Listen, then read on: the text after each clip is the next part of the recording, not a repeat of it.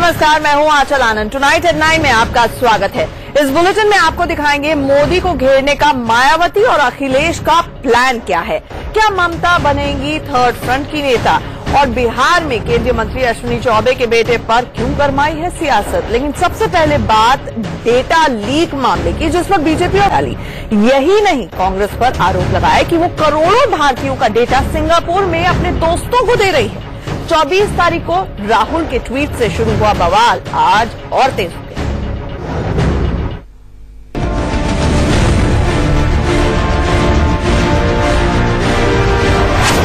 Data leak पर राहुल मोदी में घमासान।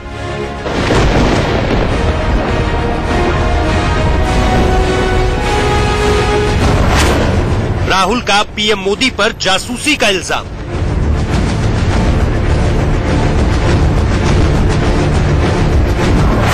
बीजेपी का पलटवार, राहुल सिंगापुर भेजते हैं देश का डेटा।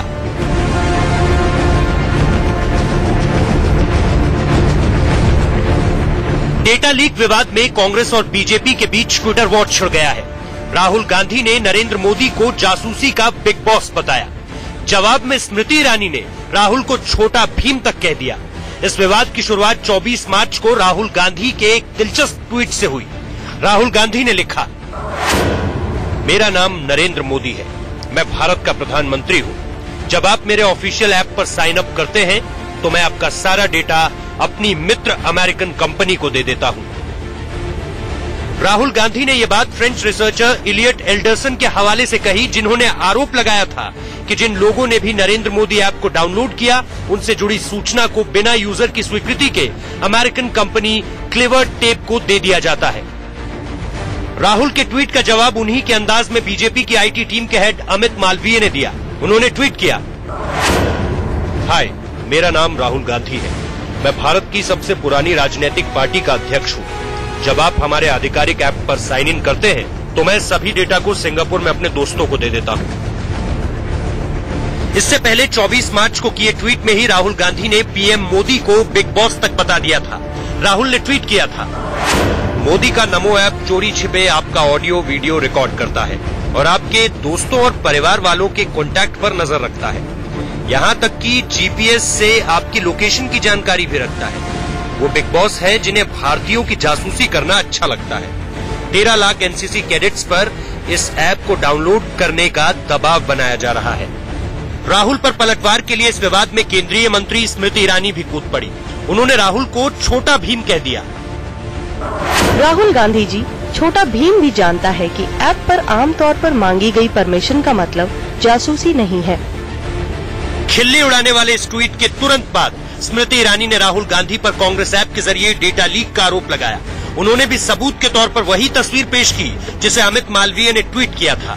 स्मृति ने लिखा, अब चूंकि हम टेक की बात कर रहे हैं, तो क्या राहुल जी जवाब देंगे कि कांग्रेस सिंगापुर के सर्वर को डाटा क्यों भेजती है, जहां इसे कोई टॉम डिक या एनालिटिका उठा नहीं सकती है।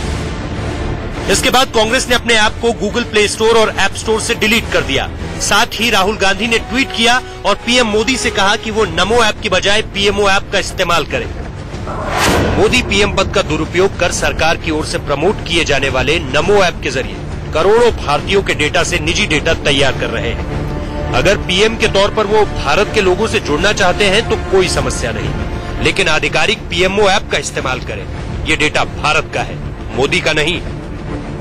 इसके तुरंत बाद बीजेपी आईटी सेल के हेड अमित मालवीय ने एक तस्वीर ट्वीट की, जिसमें आरोप लगाया कि कांग्रेस ने वोट फिक्सिंग के लिए आपके डेटा की चोरी की है। वहीं तस्वीर में दावा किया कि कांग्रेस का ऐप आपके फोटो और वीडियो पर अधिकार जमाता है, जबकि नमो ऐप पर आपको जानकारी देने की जरूरत नहीं है। इसके साथ ही स्मृति ईरानी ने एक बार फिर राहुल गांधी की खिल्ली उड़ाई।